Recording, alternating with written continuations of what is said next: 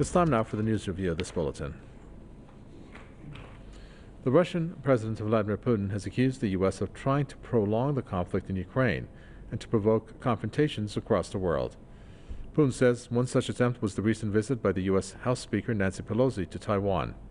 He says the trip was part of what he called a purposeful, conscious strategy to destabilize the region. The Russian president says that the visit was, quote, a brazen demonstration of disrespect for the sovereignty of other countries. Putin also says Western countries are seeking to create a NATO-like military bloc in the Asia-Pacific.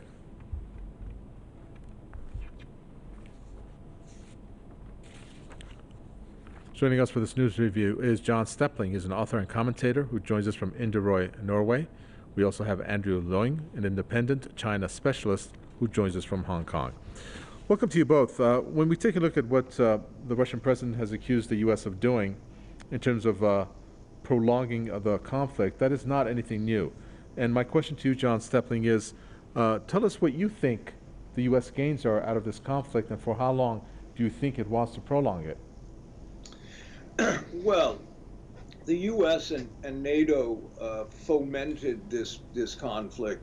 They pushed Russia into a position. I mean, Russia sent representatives to the UN in 2018 asking that peacekeepers be sent to Donbass and other areas in eastern Ukraine to stop the shelling. 14,000 civilians had died. Not to mention the fact that the U.S., of course, had famously promised to not move eastward toward Russia, and they violated that promise.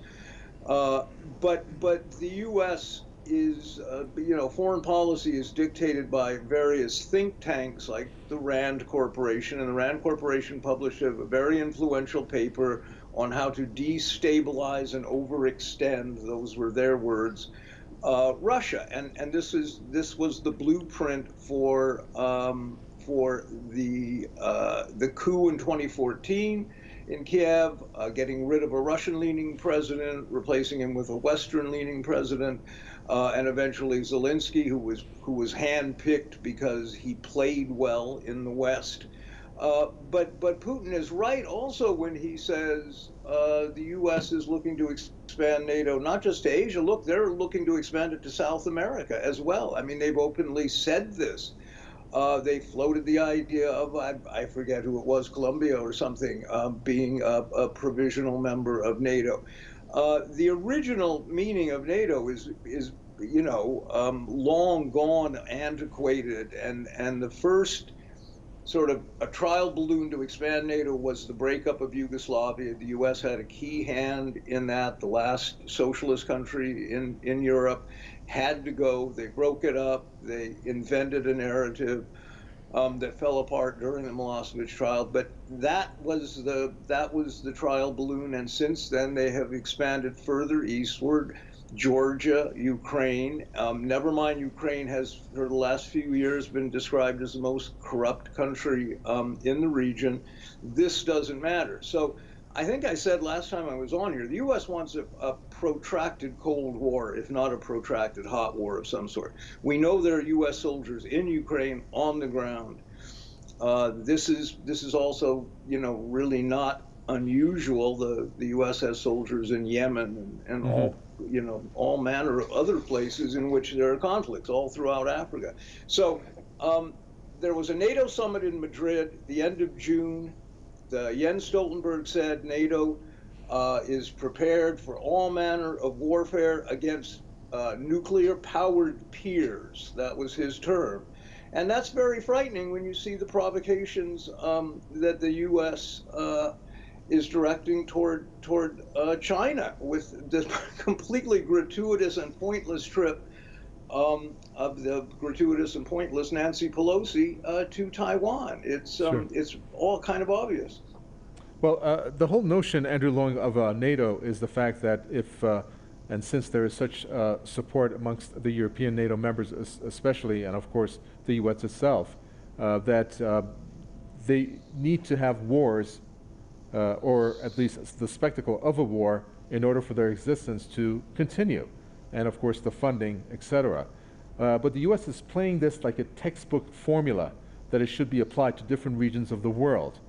But isn't the U.S. wrong in thinking in that way, specifically and especially when it comes to China and that part of the world, where it's not as if all countries there are going to support the U.S. in terms of a military provocation against China? Well, I think that this whole thing has got to be put into a global context as far as the United States is concerned. It's a bipartisan support for shoring up the U.S. Global hegemony, the global dominance, or global leadership, according to their narrative. And they see that their hegemony is now being challenged on two fronts. On the European front, because of the strength or resilience of Russia. And then, of course, particularly in the Asia Pacific, they see that their hegemony is being challenged by a near-peer competitor. Near-peer means both in not only in military, but also in economy and geopolitics. So that's why the United States wants to use the NATO framework and try to extend it to Asia Pacific. But the problem is that the formation of NATO was initially for European security, especially against Russia. But asking the European countries to spend riches and blood and fortune to faraway lands in the Asia Pacific when they are not under a direct threat, a military threat from China, is kind of problematic. Of course, the NATO members will play along with it, but only insofar as they're paying lip service. Don't forget, the Asia Pacific is thousands of miles away from European countries. And then these countries are by no means very strong economies, especially now after the Ukraine war. So it's unlikely that they can form a robust kind of NATO framework extending their military and various other forces to faraway lands in the Asia Pacific. Okay. And of course that they are not on the same page as far as how to deal with China. Of course, they support the United States in many ways, but then they rely on China economy. They welcome China's investments, but on the other hand, they are also wary of China's influence. But they are not 100% on all fours with the United States. Sure. So I think that we are seeing that the United States is trying to want a cake and eat it at the same time. But then that's the situation. All right. I'm going to forge a piece of news, John Stepling, that also came out today to see if it fits in this particular topic that we're covering, and that is the fact that the Russian President Vladimir Putin has come out and said, you know what, Russia has military hardware that's superior to that of the U.S., and therefore is going to sell it to countries that are allied with it. Now, when we look at NATO, at the core of it is military equipment. So is this, in a sense, to, I don't want to say balance it out, but to put up a resistance front against U.S. and NATO's push when it comes to military advancements or provocations towards other countries? I think it's a reasonably rational position to take, and other countries do the same thing. And it's true that the U.S. Weapons development programs have lagged behind.